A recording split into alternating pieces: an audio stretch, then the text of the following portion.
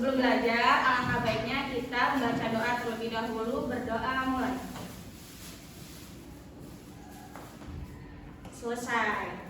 Oke anak-anak, gimana pagi ini udah pada sarapan? Belum. Ada yang udah, ada yang belum. Nah yang belum kenapa? Siang ya. Oke, gak apa-apa, lain kali kalian harus sarapan dulu ya sebelum belajar biar kita belajarnya fokus. Oke? Oke anak-anak. Nah, ada yang ingat minggu kemarin kita udah belajar apa? Ada yang ingat? Ayo Bu. Oke, silakan Rafael. Kemarin kita belajar terkait pemusatan data Bu. Kita belajar rata-rata, terus median sama modus Bu. Iya, betul sekali. Kemarin kita sudah belajar terkait pemusatan data, median, dan modus. Nah, sebelumnya Ibu sudah membuat soal. Silahkan kalian kerjakan terlebih dahulu ya secara mandiri.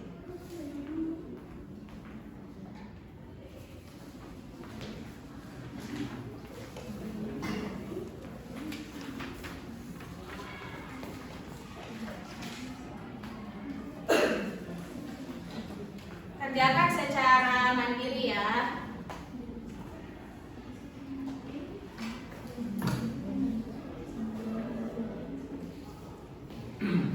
Oke, udah selesai semuanya?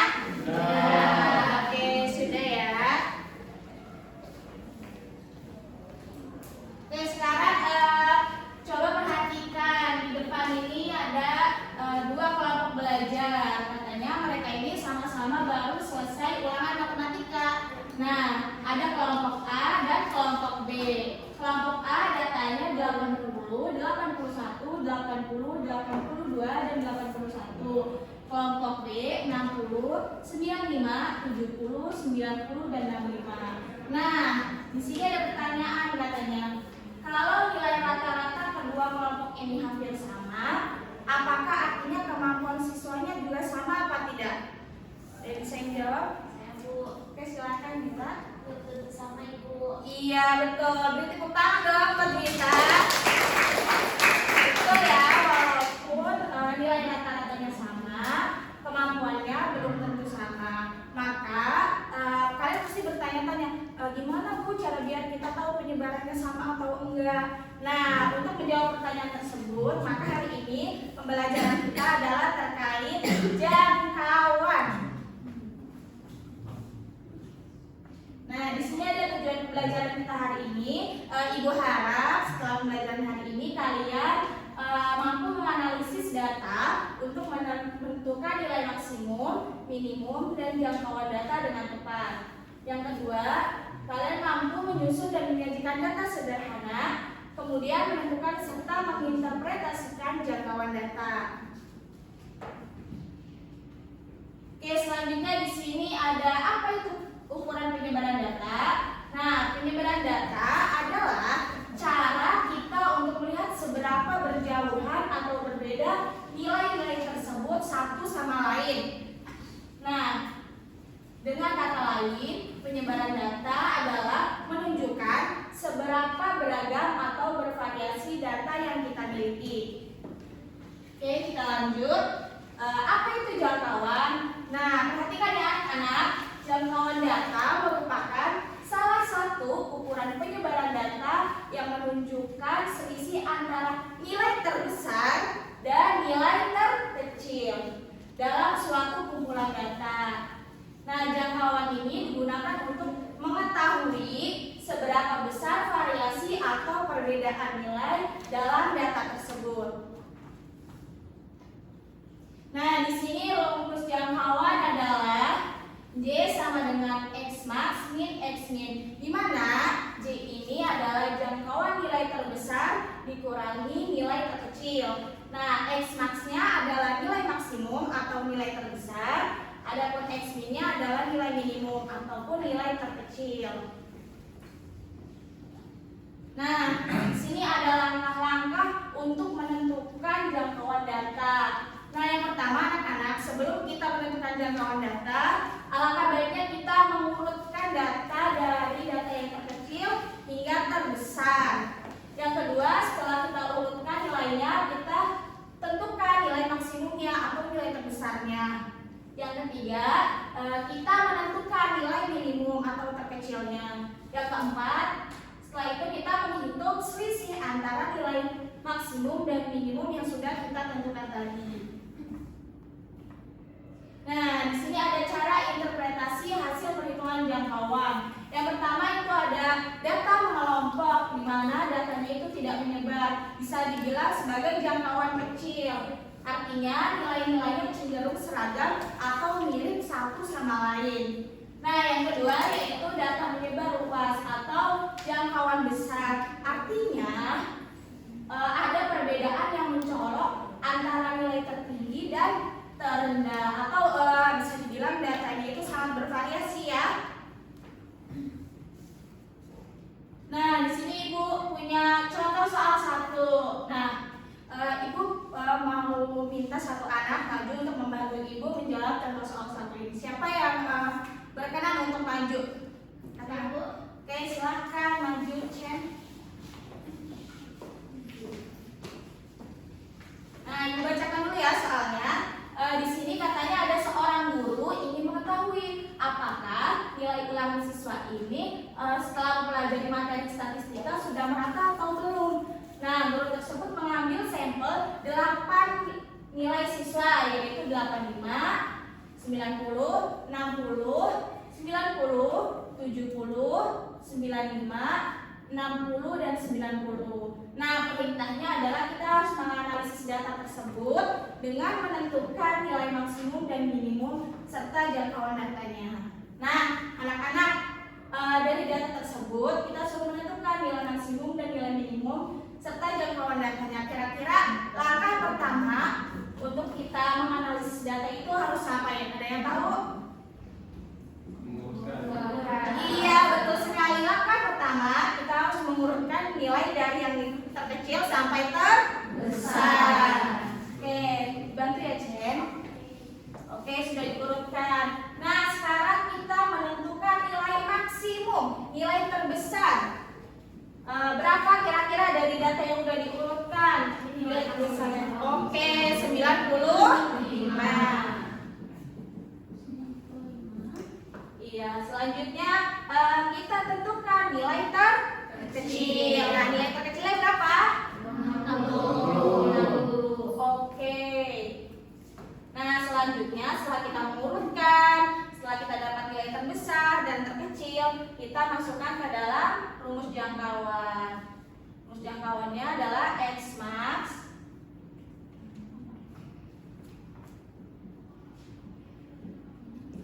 min X min. Iya, sekarang kita masukkan X max-nya berapa?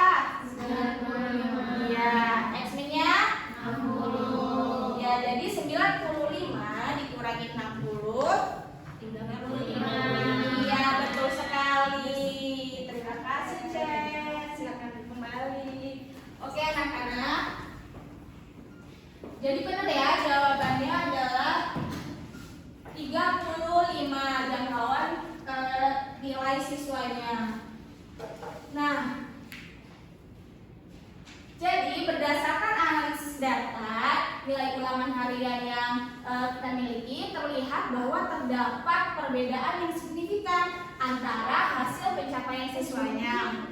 Nah, dengan nilai tertinggi 95 dan nilai terendahnya 60, maka mendapatkan jangkauan sebesar 35. Nah, anak-anak, angka jangkauan di 35 ini menunjukkan bahwa penyebaran datanya itu tergolong cukup luas ya, atau sangat bervariasi. Nah, hal ini menandakan bahwa tingkat pemahaman siswa terhadap materinya belum merata, di mana terdapat kesenjangan antara yang sudah mahir dan yang masih membutuhkan bantuan lebih lanjut.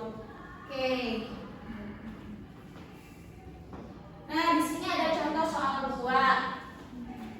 Seorang pemilik toko roti mencatat jumlah roti tawar yang terjual setiap sore selama 1 minggu. Nah, data penjualannya adalah sebagai berikut: 20, 22, 21, 20, 23, 21, 22 perbungkus.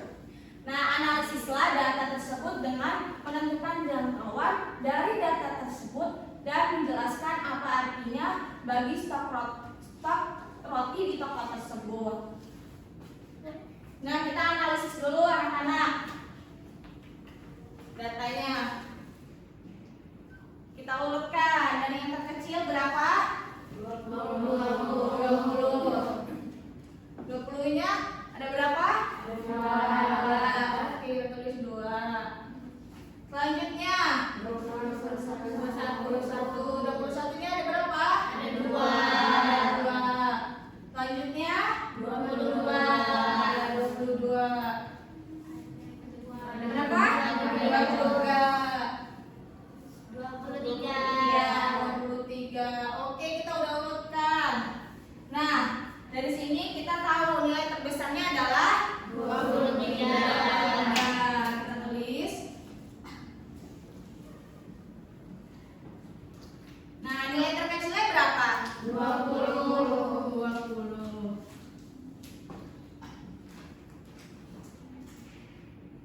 Nah, kita masukkan ya rumus jangkauannya, yaitu X max min X min. Nah, nilai terbesarnya berapa X max-nya? 23. Dikurangi X min-nya 20.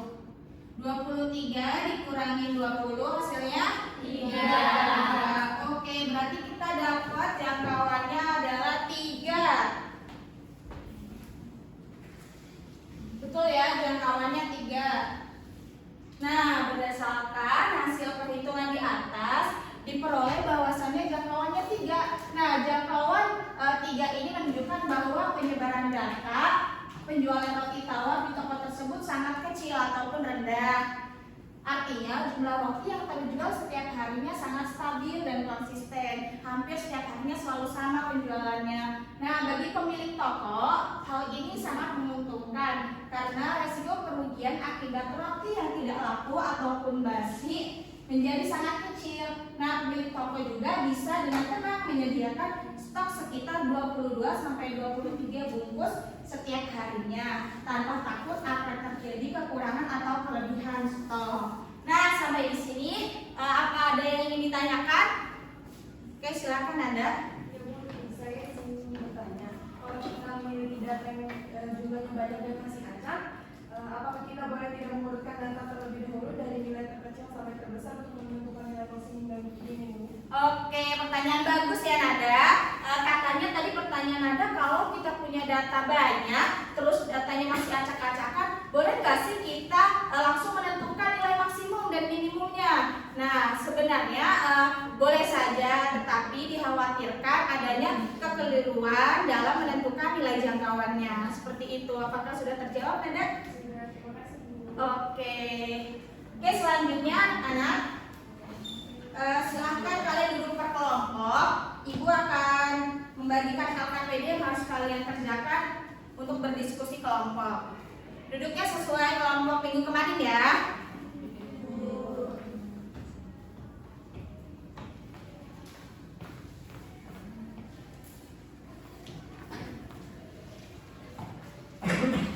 Silakan berdiskusi ya terkait dengan ini tersebut.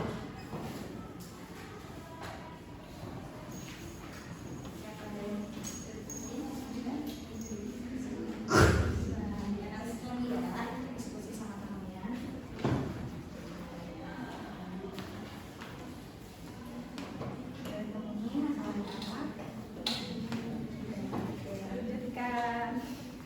Udah ditunggu kan selanjutnya. Ya, lanjutin ya. Ada yang susah? Keren. Lanjutin ya kerjaannya. Oke, udah semua? Sudah ya. Nah, kalau udah ibu pengen minta satu anak mempresentasikan hasil diskusi kelompoknya. Siapa yang bersedia mempresentasikan hasilnya? Oke, silakan Lita maju ke depan presentasikan hasil diskusi kelompoknya. Iya, teman-teman, mohon izin mempresentasikan hasil diskusi kami dari kelompok 2, Ibu. Iya. Di sini berdasarkan analisis data partisipasi kerja bakti selama 9 hari terakhir, itu didapat nilai maksimumnya sebesar 33 orang. Sedangkan yang paling terkecil itu sebesar 10 orang, sehingga jangkauan yang telah kita analisis itu sebesar 23. Nah, nilai jangkauan sebesar 23 ini itu menandakan termasuk kategori besar ya teman-teman. Di sini memberikan kesimpulan bahwa tingkat partisipasi siswa dalam kegiatan gotong royong itu masih sangat beragam atau masih belum konsisten, Ibu. Iya betul, beri tepuk tangan buat juga dari kelompoknya. Benar ya anak-anak, bahwasannya di LKPD tadi didapatkan hasil jangkauannya 23, di mana itu termasuk jangkauan yang besar dan diartikan berarti jumlah anak-anak dalam kerja bakti itu setiap harinya berubah-ubah. Ada yang ramai dan ada yang sepi. Oke, setelah mengerjakan LKPD, silakan kalian mengakses tugas mandiri ini secara mandiri. Silakan diakses ya, di barcode, dikerjakan secara mandiri ya.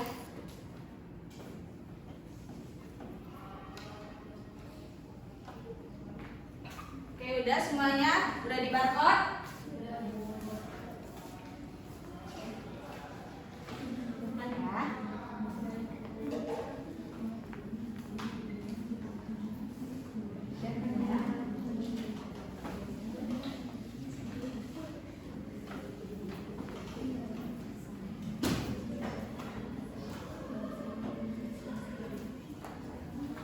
Oke, apa udah semua kerjain? Sudah selesai? Sudah, oke. Kalau sudah, kita tadi sudah mempelajari materi jangkauan, sudah mengerjakan LKPD, sudah mengerjakan tugas mandiri juga. Nah, kira-kira siapa di sini yang ingin menyampaikan kesimpulan pembelajaran pada hari ini? Angkat tangan, boleh. Jangan malu-malu, nggak apa-apa. Ibu, Oke, silahkan cerita. jangkauan itu bisa disimpulin nilai selisih dari nilai terbesarnya dan nilai terkecilnya. Oke, beri tepuk tangan teman-teman. Oke, dengar ya bahwasannya jangkauan merupakan ukuran penyebaran data yang sangat praktis untuk melihat seberapa besar variasi atau perbedaan nilai dalam suatu kumpulan data. Nah, melalui selisih antara nilai maksimum, minimum, kita dapat mengetahui apakah data tersebut cenderung seragam atau justru sangat beragam. Nah, jangkauan yang kecil menunjukkan bahwa data mengelompok dan stabil. Nah, oke anak-anak, pembelajaran hari ini kita cukupkan sampai di sini ya. Gimana belajar hari ini? Seru apa enggak? Seru. Oke. Kalau gitu pembelajaran cukup sampai di sini. Tetap semangat dan menjaga kesehatan agar kita bisa bertemu di pembelajaran selanjutnya terkait materi kuartil. Oke, semoga pembelajaran hari ini bisa bermanfaat bagi kita di kemudian hari. Kita tutup pembelajaran hari ini dengan bersama-sama membaca lafaz hamdalah. Alhamdulillahirobbilalamin. Terima kasih. Wassalamualaikum warahmatullahi wabarakatuh.